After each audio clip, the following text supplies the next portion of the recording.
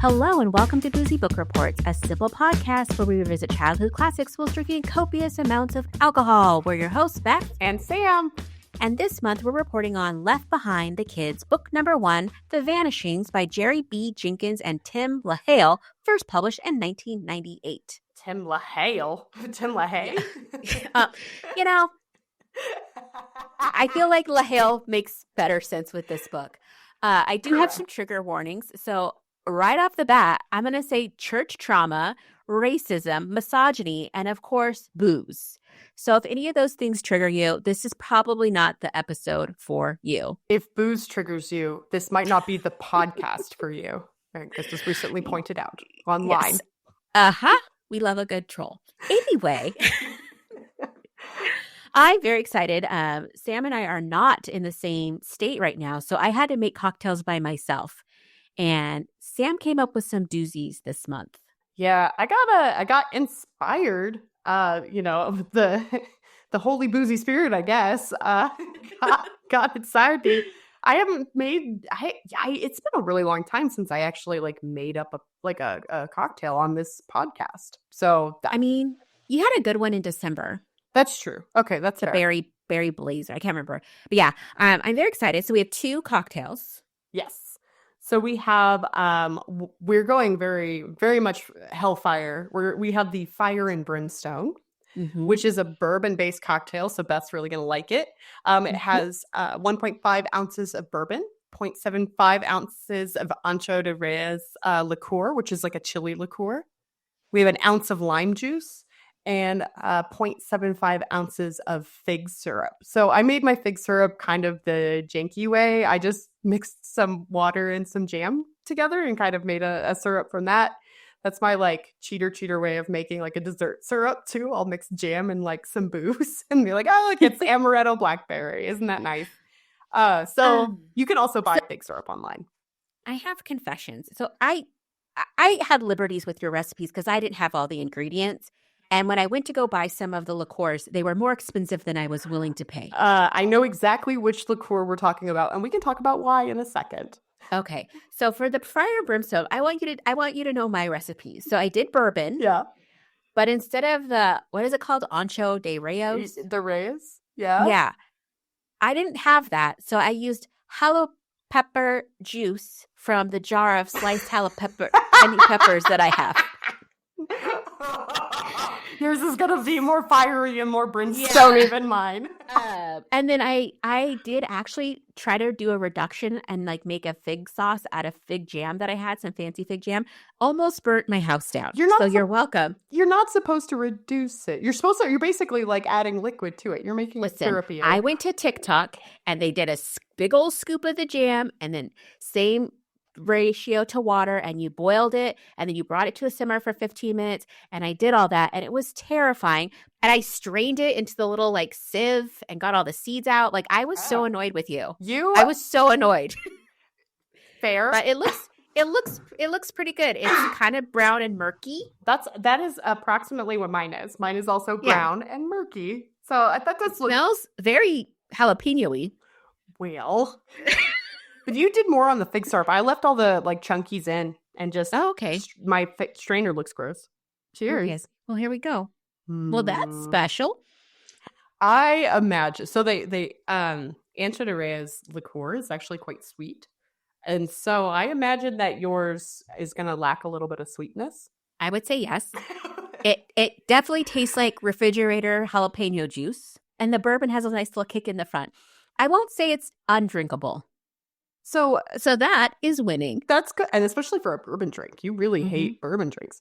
My sister informed me that if you mix pickle juice with a Miller Lite, it's called a Diller Lite or a South Dakota Martini.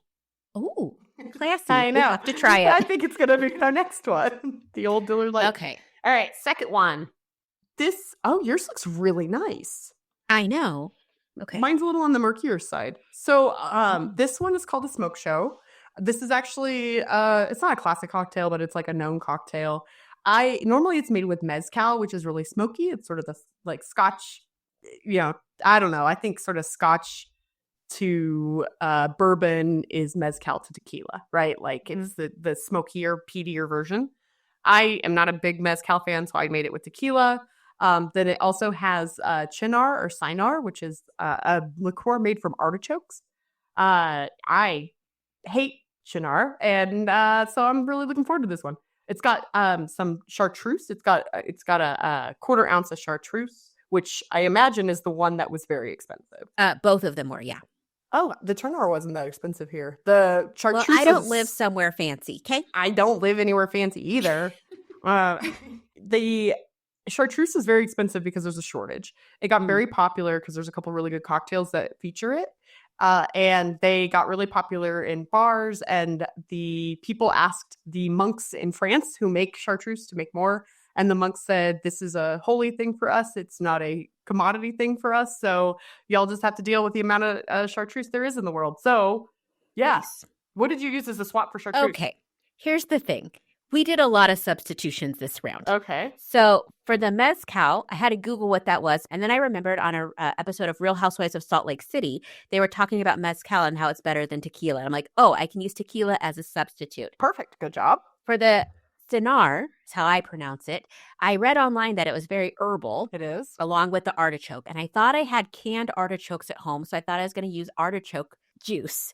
However, I did it. So I went through the cabinet of alcohol you left me and found one that looked medicinal. Was it the Galliano? Yes. Yes. The Galliano is a good swap for the chartreuse too, actually. It's a little sweeter. So, and I didn't have a thing for the chartreuse. I almost used creme de la menthe or something. And I said, Sam would say no to that. And then I actually used an egg white, but it was the carton of egg whites because I couldn't waste like one of my good organic brown eggs on this. So let me tell you, I did not put egg white in mine, not in this economy.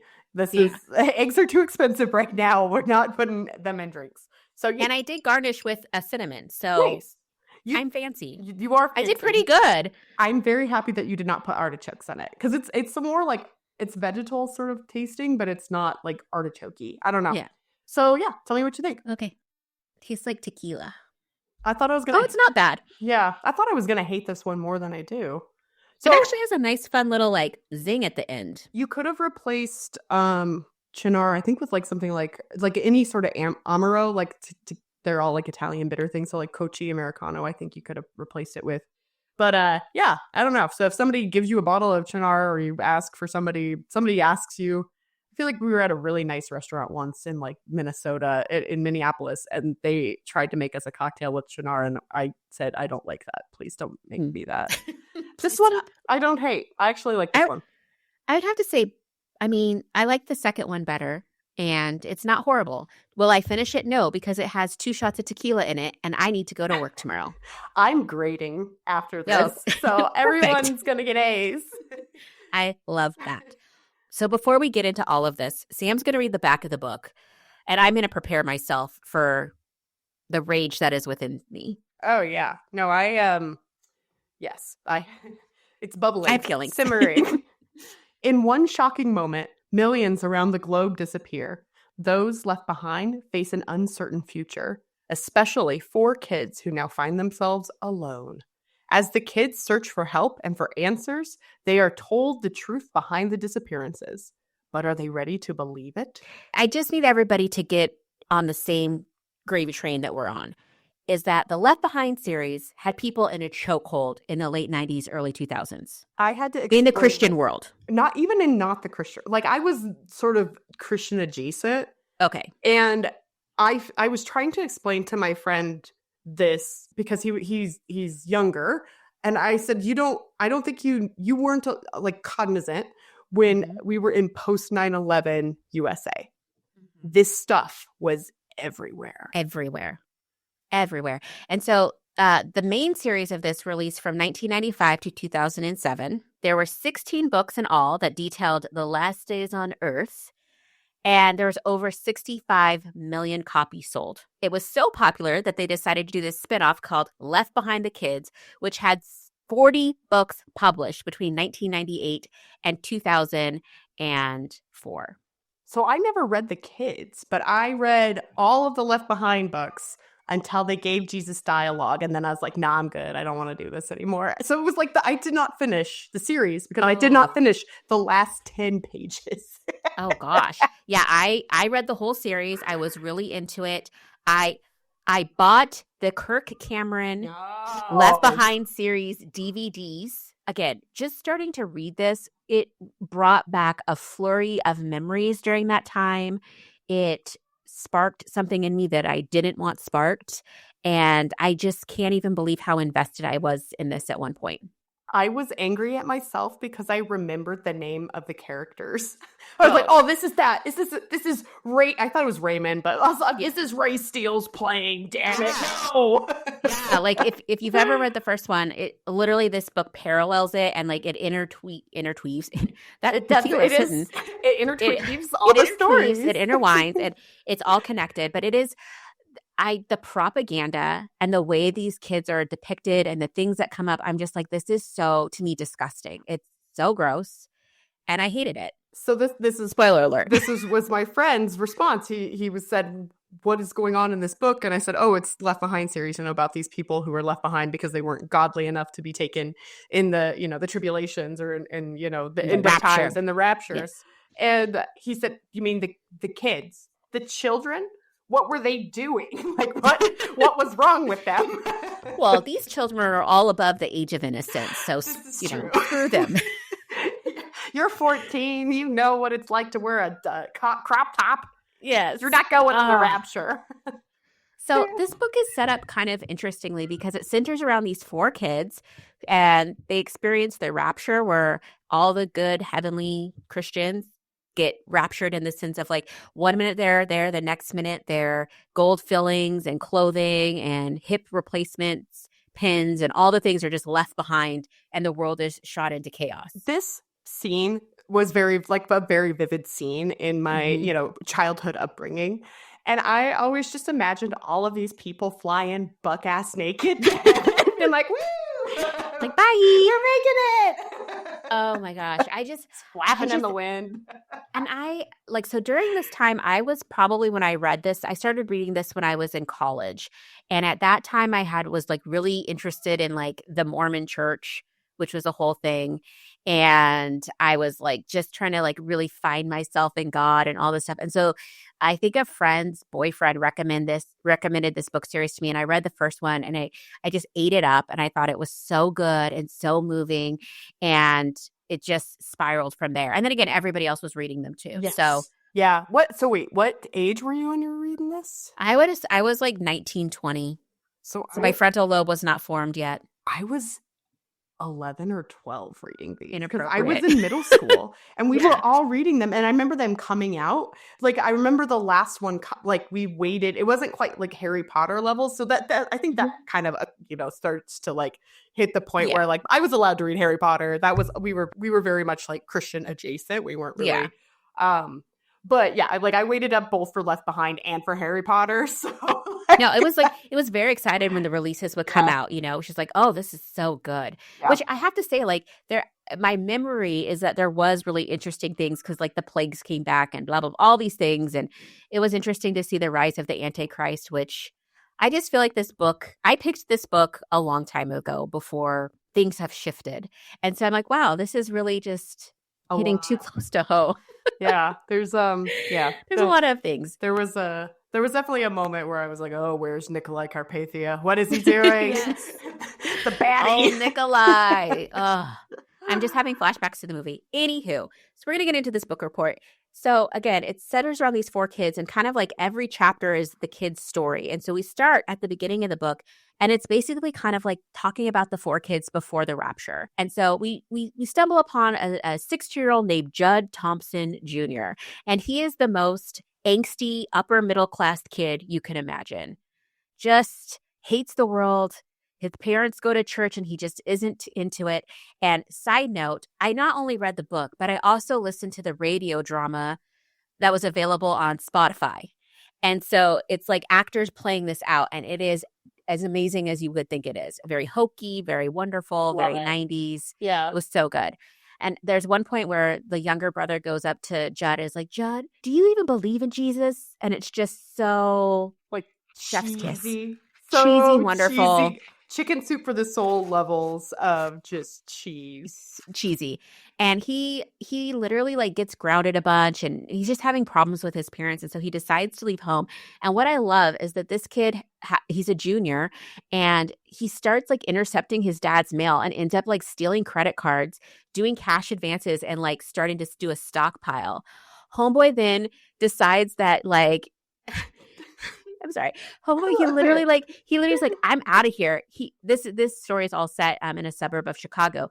Goes to O'Hare Airport, buys a one-way ticket to like England, gets on a plane. This is a pre 9/11 world. Like security was not the same. I remember as a kid, we like rode the Denver like airport train around with no tickets because my mom wanted to get applications to become a flight attendant. And we just rode the train around all the terminals.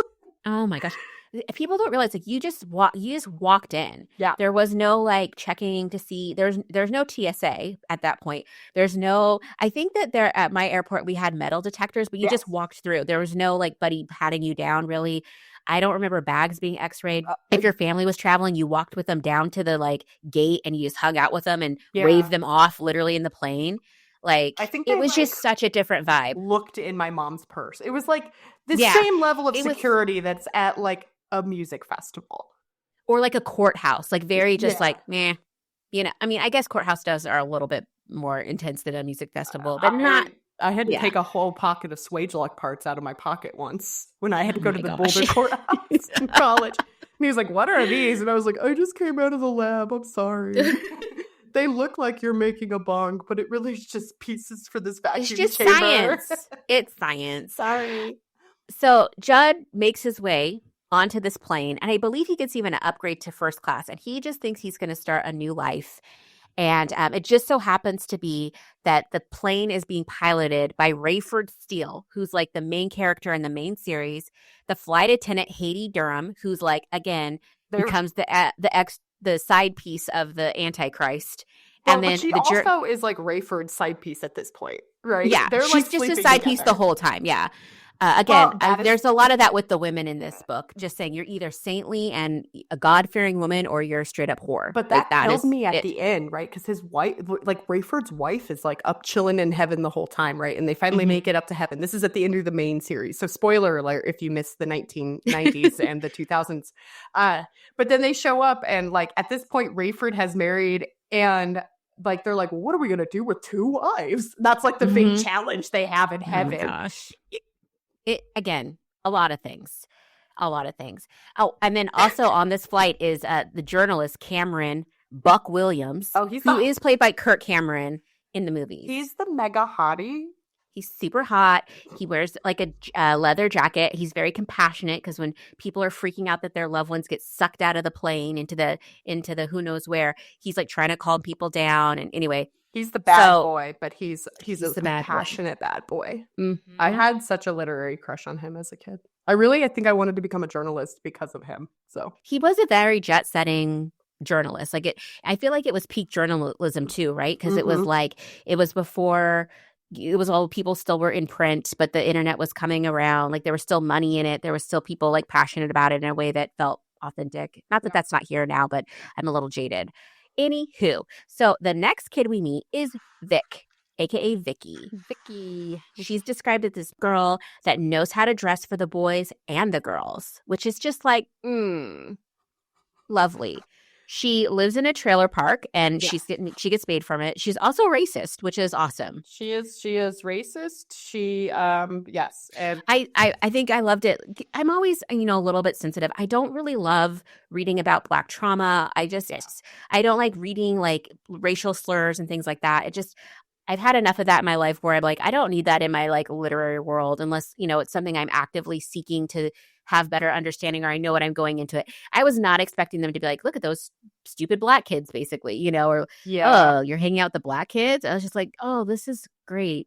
It feels so. It's the same as like, there's criticism about like rape scenes and like violence towards women in like film and TV, right?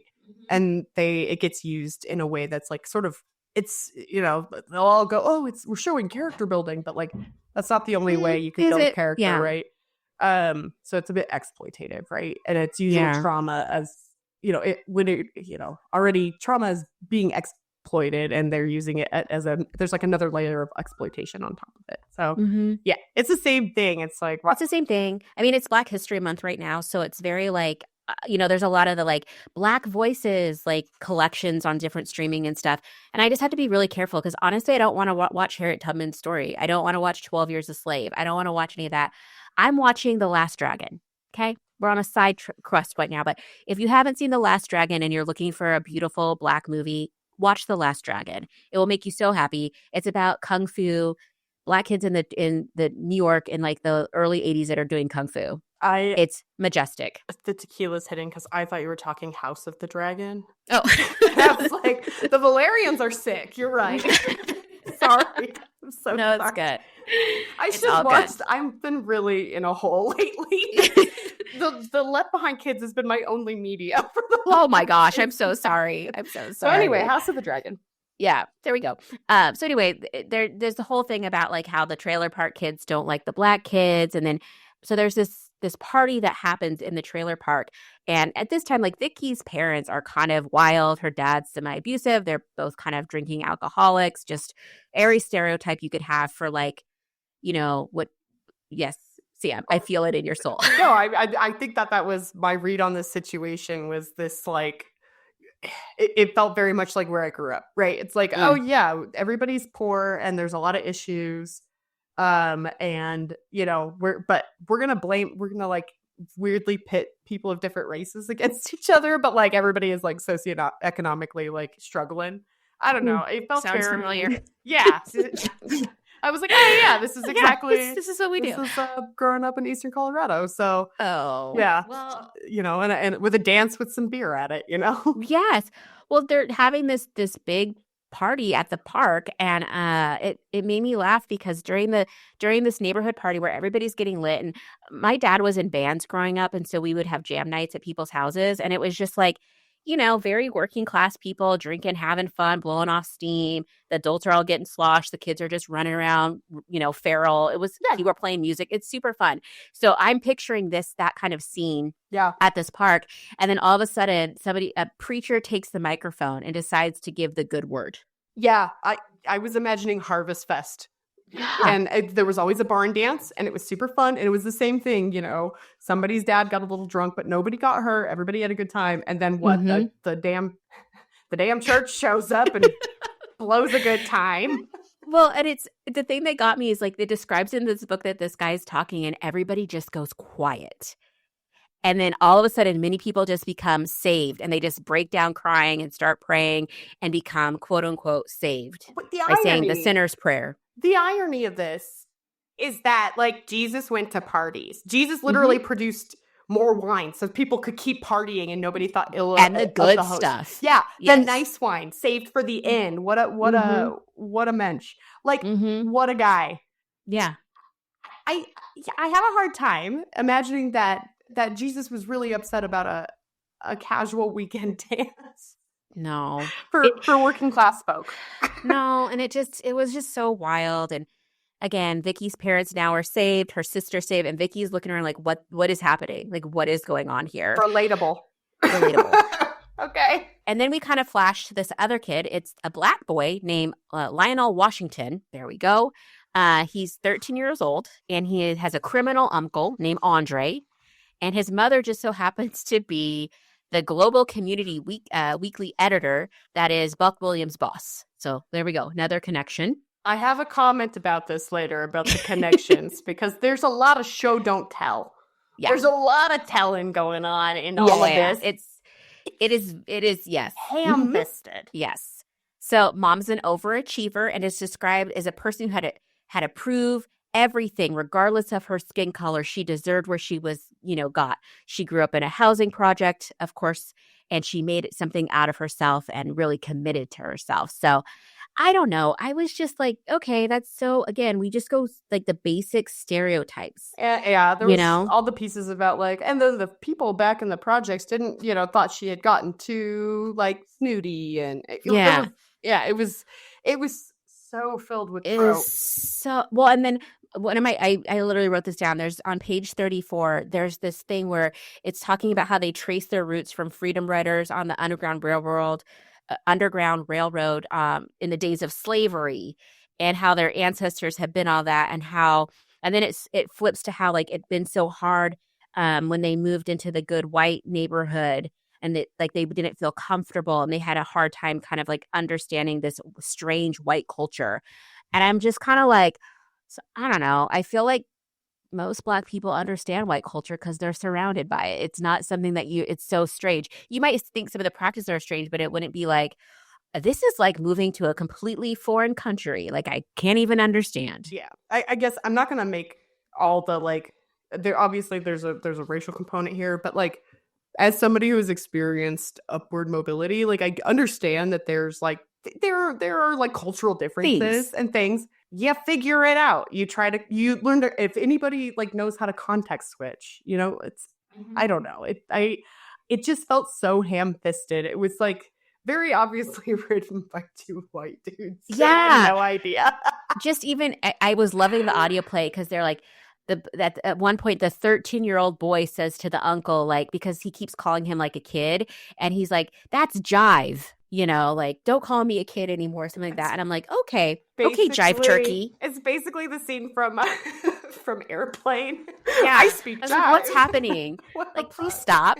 So anyway, that was the whole thing. And then our last person is this kid named Ryan, who's best friends with Raimi Steele, who is the son of Rayford. So Raimi and Ryan would hang out at Ryan's house, and like Ryan's mom didn't want that going on, and Raimi find out, and he's just like, oh, we can't do this anymore. Like, he's just so against it. What really got me is like when Ryan asked him why, Raimi's just like, oh, because I became a Christian and I decided to like follow Jesus.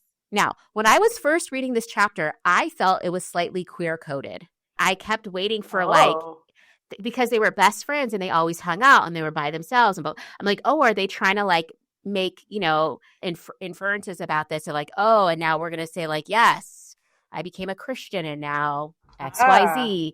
And then it didn't go that way, but I was like, it just felt for a minute like, oh, is this? So we have the whore, we have the Black boy who, you know, their parents climbed their way up. We have the gay couple that doesn't read the gay, you know, like let's hit all of the, and then we have the white cis guy that's just like, you know, angsty. So is that too much? I just want to point out that the sins in this book are, you know, angst and theft, whoredom, gaydom, Black.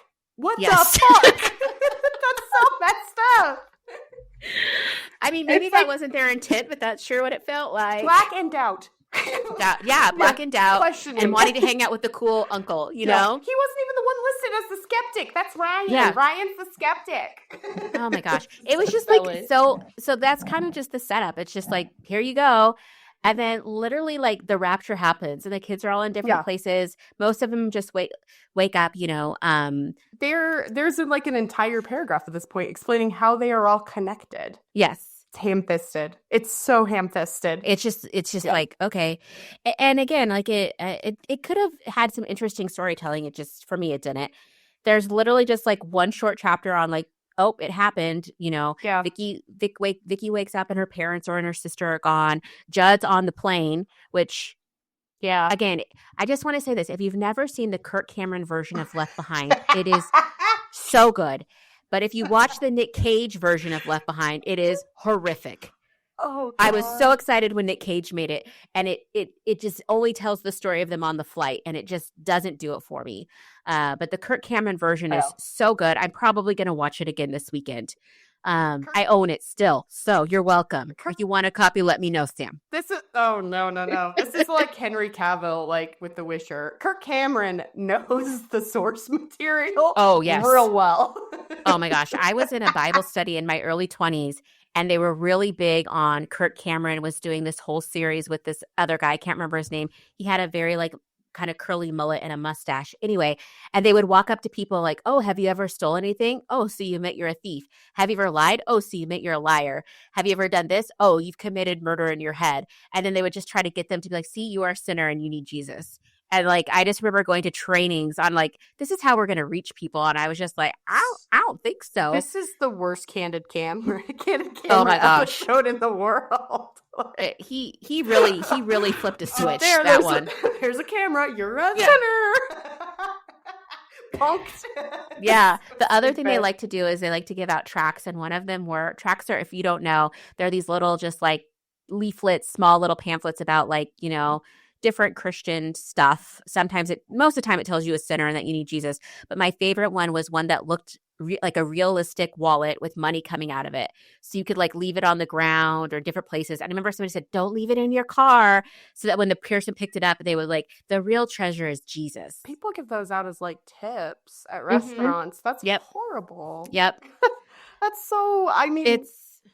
It's a whole thing. It's a vibe. It's a mood. It's a vibe. So I think this is actually better. This is actually quite well done in the original books. The whole like puzzle of like what's going on. Yes. I was, maybe that was just my idiot, 11, 12-year-old self reading it.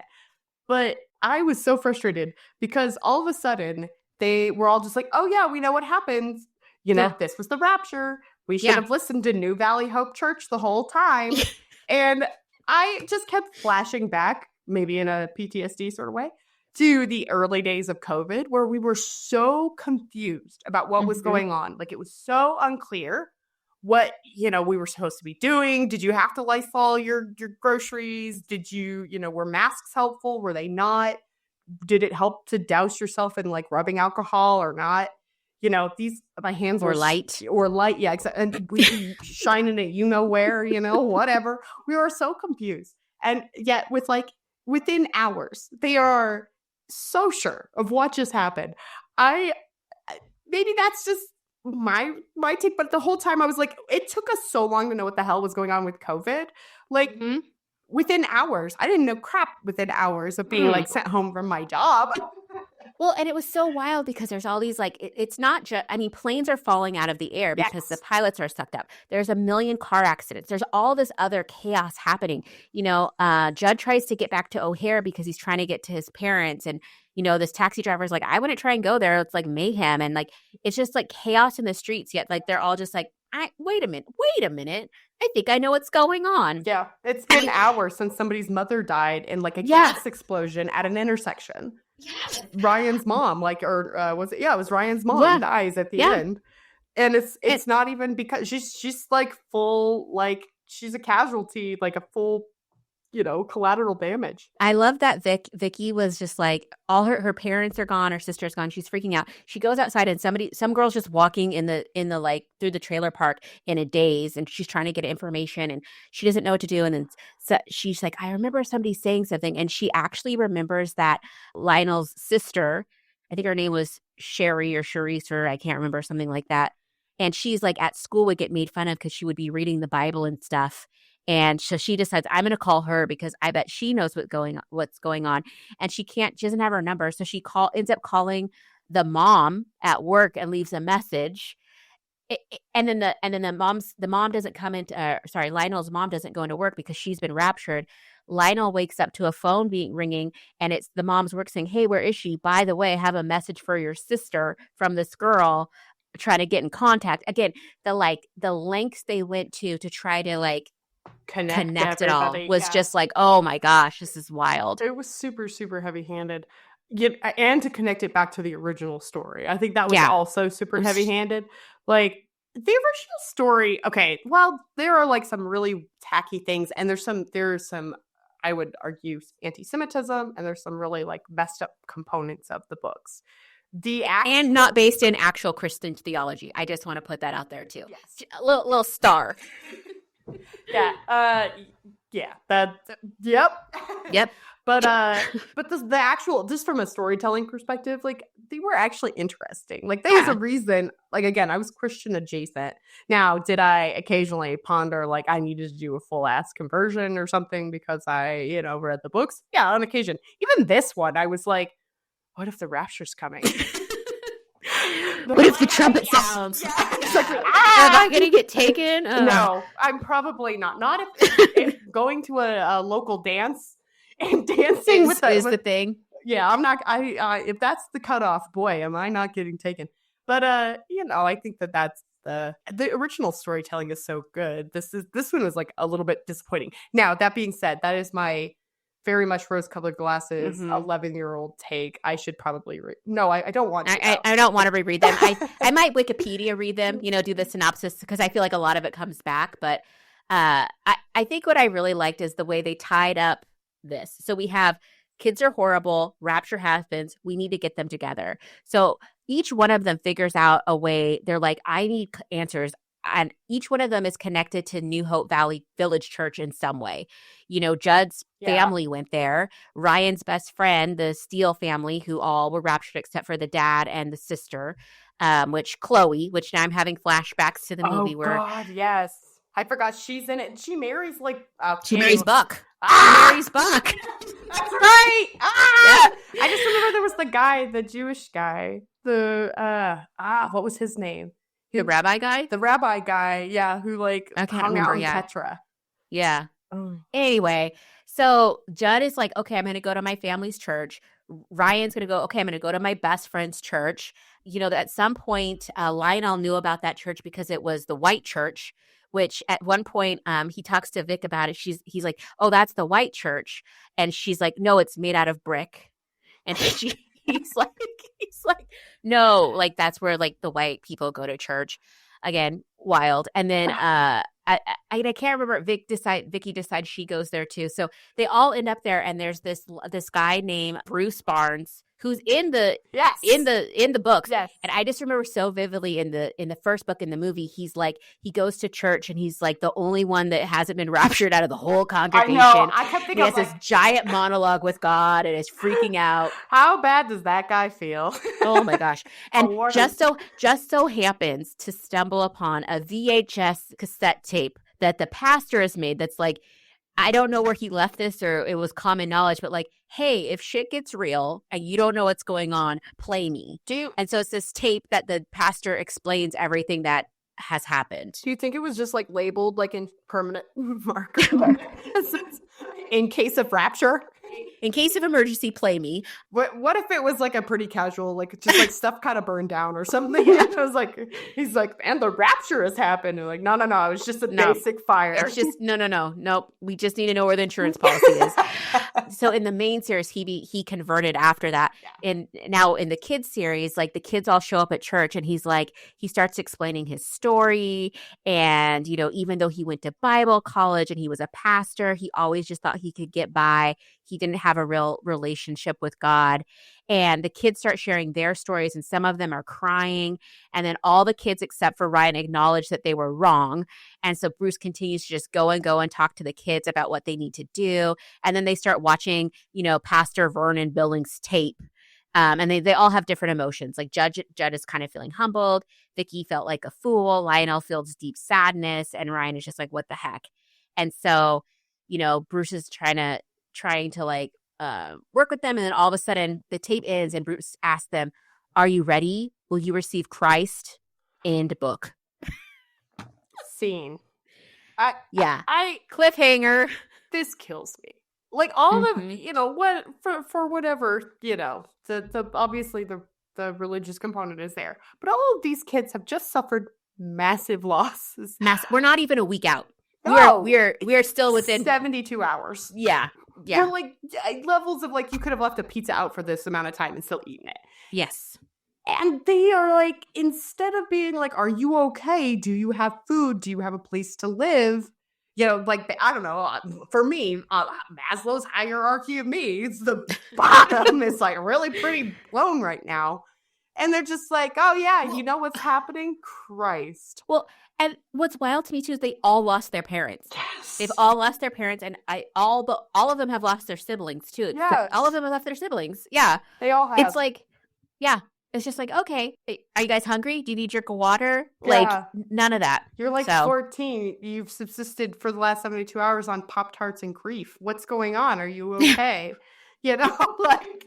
Also, I cannot get past the fact that Judd was on a plane to England. This all goes down. They turn around and come back to Chicago, land. the airport is buck wild crazy, and he still manages to make it home. And it's just like the trauma, the drama, and the like, just the lack of like any explanation that makes sense.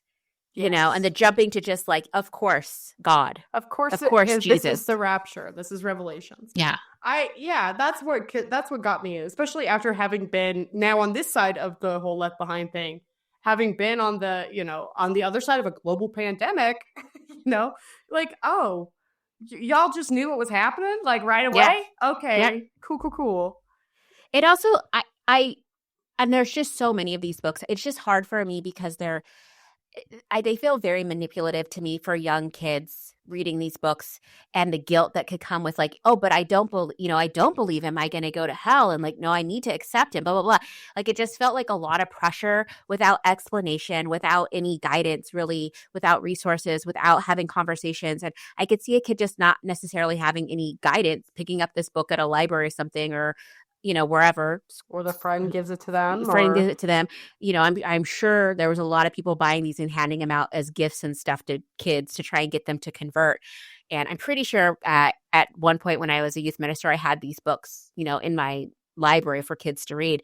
And now I'm just like, oh my gosh, no. I mean, I'm a 35-year-old woman reading a book for children, and I was like, do I need to like? What's going on here? Do I need to reassess? Exactly.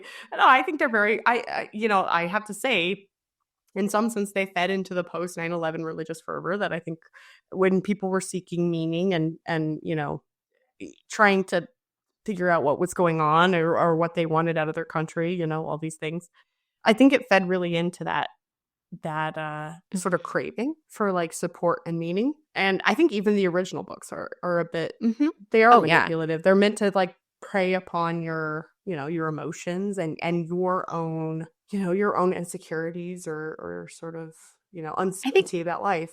I think too, the desire for redemption, right? Like, oh, I messed up so bad that I didn't go to heaven the first round.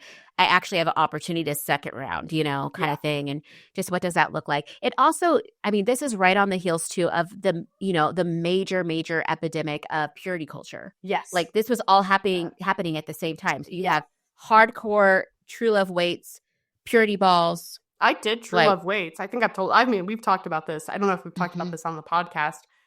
I was part of True Love Waits. I was part of STARS. I was part of all of that abstinence-only education. And, like, that's what I went through now. Granted, my mom was, for all the things about my mom, she was, like, she was pretty progressive about it, I guess. And, she was like, you should do this class, this she did. I don't think she really realized what it was. She was like, your neighbor's teaching it. Your neighbor's a nice lady. So, and actually we read Left Behind with all of her kids too, but that was sort of the mentality. But I went through all of that at the same time, right? It was all of the STARS training, it was all of the, like you said, True Love Waits. Well, and because I was older than you, I was reading like what was his name, Joshua Harris, I think, or something like that. I Kissed Dating Goodbye. I was reading all the books about courtship and different things in my early 20s, and and then reading all of these Left Behind books, and it was just such an interesting time to be in the church or church adjacent. Yeah. I had just come out of the summer before I went to 9th grade. So right after 8th grade, I went to abstinence camp.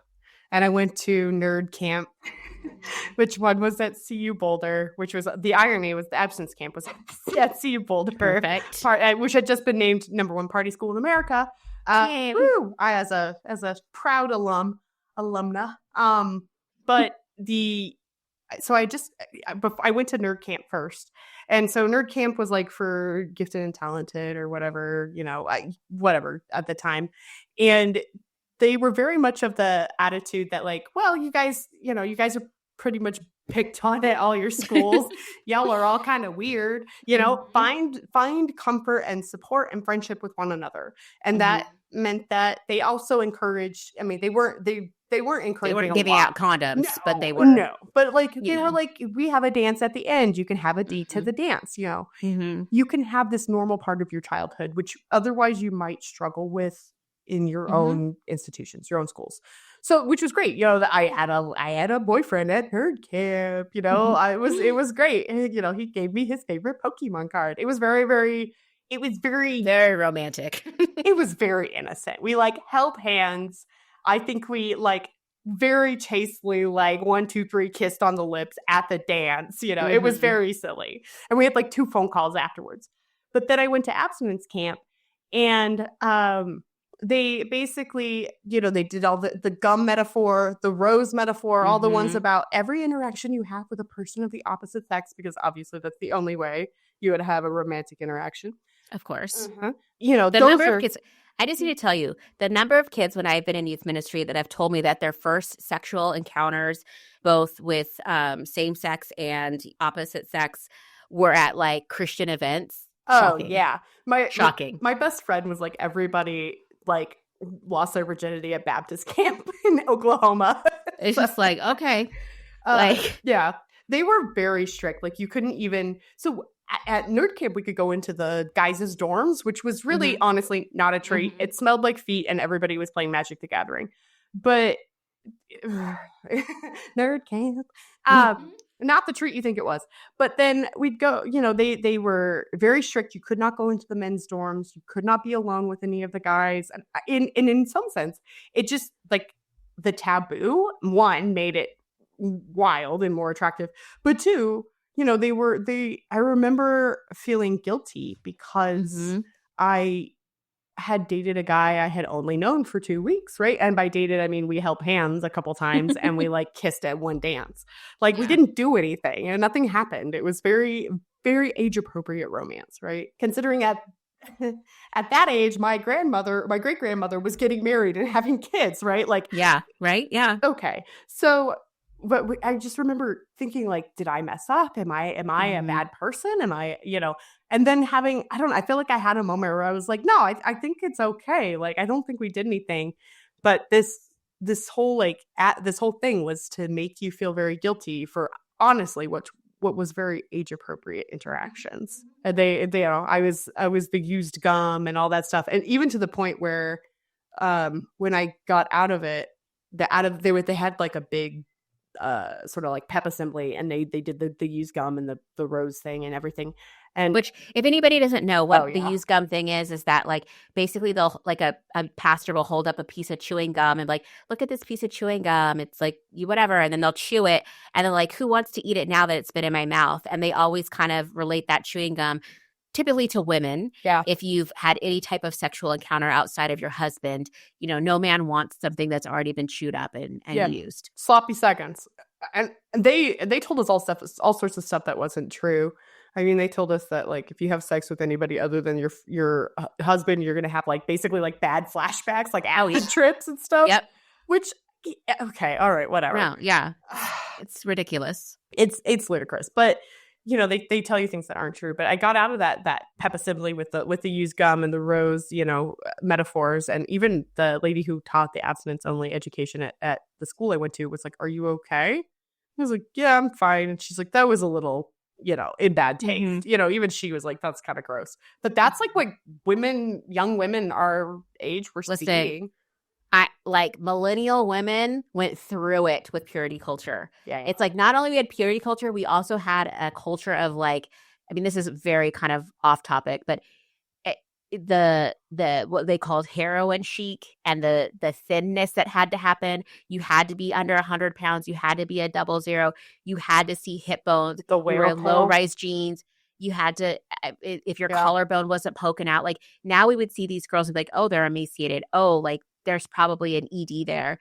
And it was just that was the expectation, that you were super thin, super hot, super abstinent, and reading Left Behind. Yeah. I think the cultural whiplash was honestly, at one point you're watching The Simple Life with Nicole Richie and Paris Hilton, and they're confused, wearing their ultra low rise pants and confused about milking a cow. And then at the same time, you're supposed to turn around and, eschew all sexuality. You're supposed to be sexual, but eschew all sexuality at any given moment. It really was a lot of weird cultural whiplash. Mm-hmm. And I don't think these books helped at all. Certainly not. I mean, poor Hattie is painted like basically the town hooker, like 15 different ways. Like they're really nasty to her. Well, and she's and also again, painted as very stupid. Like they are not gracious towards Hattie at all. No. Again, it's very Madonna and whore for the women in these Yes. books. There's no in between. You're either righteous and whatever, or if you were a whore, then you've turned your ways and, you know, gotten your second virginity restored. Oh, God, I forgot. Which is a big thing.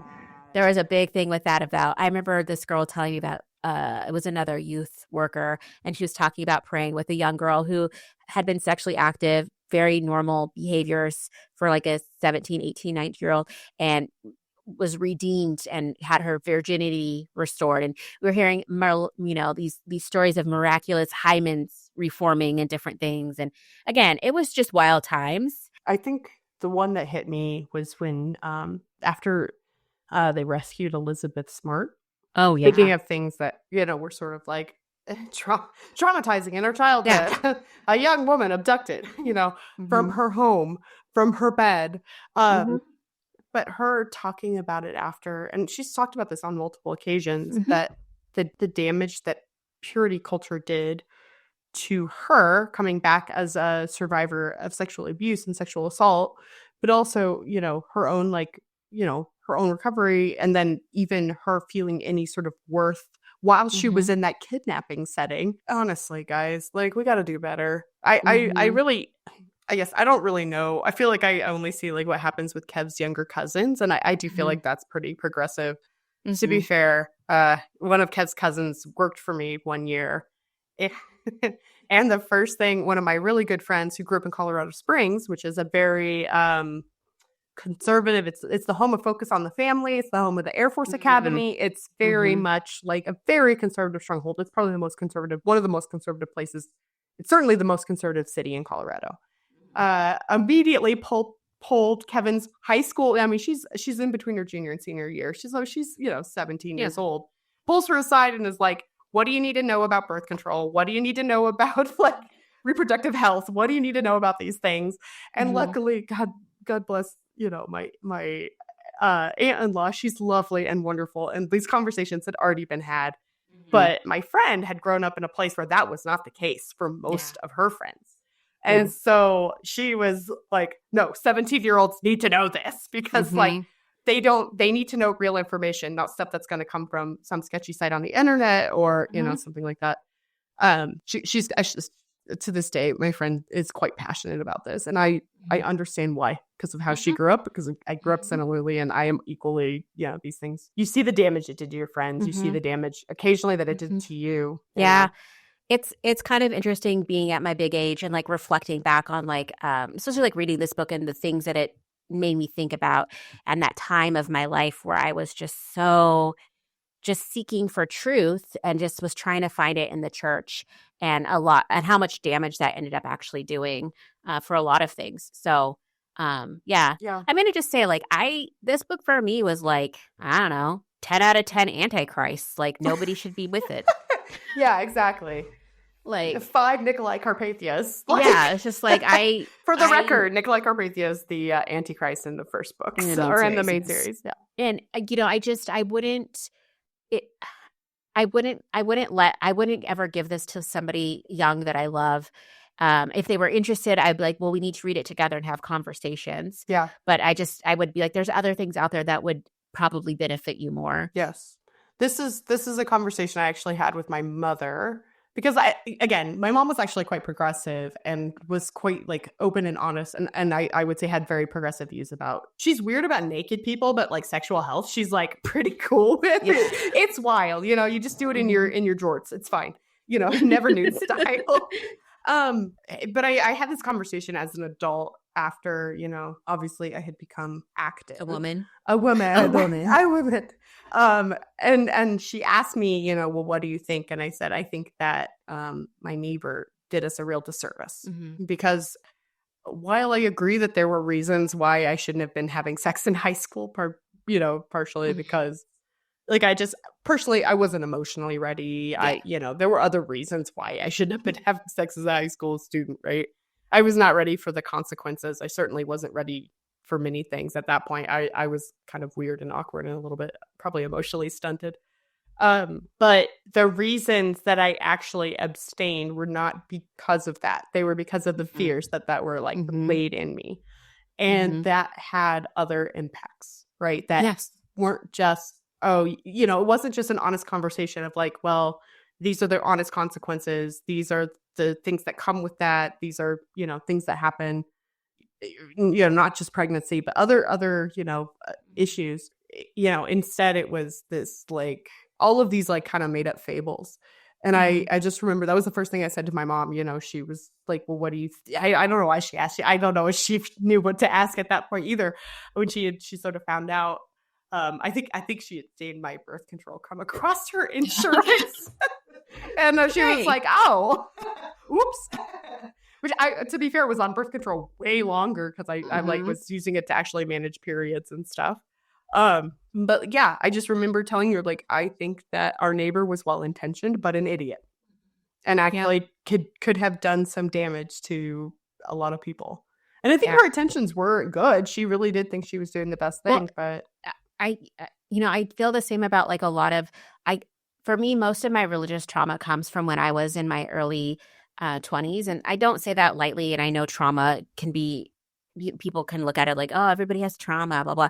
But it really did. It was a disservice to me being around people that were so unquestioning and would read stuff like this and almost take it as gospel in some ways.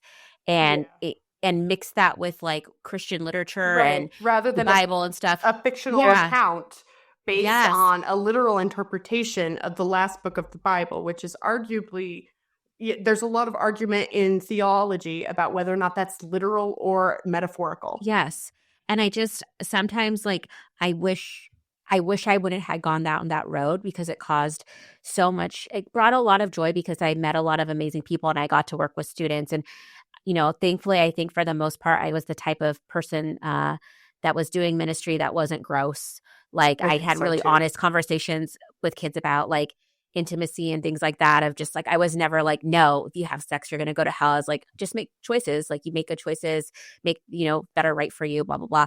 I never was like a throwing my Bible at somebody kind of person, but the fact that I had so many people in my life that were like that, it left damage. And so I just can't stand behind books like this. It also makes me think of when Dan Brown came out with the Da Vinci Code. Oh God, and everybody because that was another like huge amount of like activity. I remember being at church and this girl came up to you. She's like, I just saw somebody, they read the Da Vinci Code and they were just like, now I don't believe in Jesus, and they threw their Bible away. It was just this like fever that was like, it was the antithesis of this or whatever. It was just, I don't know. Pendulum it swinging. It was just, again, the 2000s were just a wild time in Christian pop culture and literature and feelings. I have to say I'm thankful for my experience, I don't want to get too I don't want to get too detailed about it, but I am thankful for the sexual experience I've had in that it has been with good people. So that I have to say, one of the things that I think really, I think honestly is the most damaging part that came out of that was that if I left the person I lost my virginity to with, I was now damaged goods. Yep. So there was all the incentive to stay with that person. And so I'm very thankful that it was with a very good person because it could end up horrible. It could have been me ending up in a very abusive relationship because that was the message that was sent. And that's a thought I've had and a conversation I've had with that person. And honestly, like, I'm just thankful that's a good person. So, and I love them dearly. So yeah, I have to say that's one of the ways in which this actually does cause real damage to people. If they don't feel they can leave, or they don't feel like they're damaged or broken, right? Which is, again, that's something Elizabeth Smart talked a lot about. Yeah. That's messed up. Well, yeah, zero out of can't recommend 10 Buck Camerons. Yeah. He's like not a fan. He's still a hottie, but he's a douchey hottie. Yeah. See, I mean, Kirk Cameron plays him well. I'll just say that. Appropriate. And not a departure, next month, we are diving into the world of Lord of the Flies. Because if we're going to be dystopian, let's just be dystopian. I'm okay with dystopian. I cannot handle another month of religious trauma and trying to No, we're not doing religious trauma. Why 14-year-old kids are ungodly.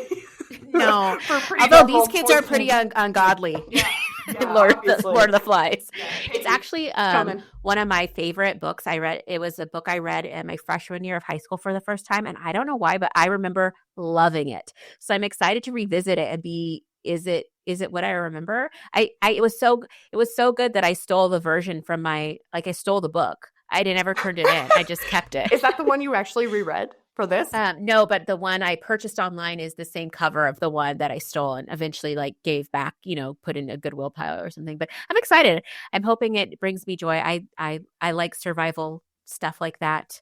I like to think about what I would do in those situations. I don't want to be part of that, but I mean, I like to think about it. The Girl Who Owned a City. That was Girl Who Owned a City. I love that book. There's something about the world ending and me trying to figure out would I rise up and take my place, or would I just get my head on a stake? No. I'm just gonna buy a lot of freeze dried food. I'm gonna have a little garden, and I'm just gonna chill. It'll be fine. Yeah, it's gonna be great. Get some goats. It's gonna be good. It's gonna be great. Oh my gosh.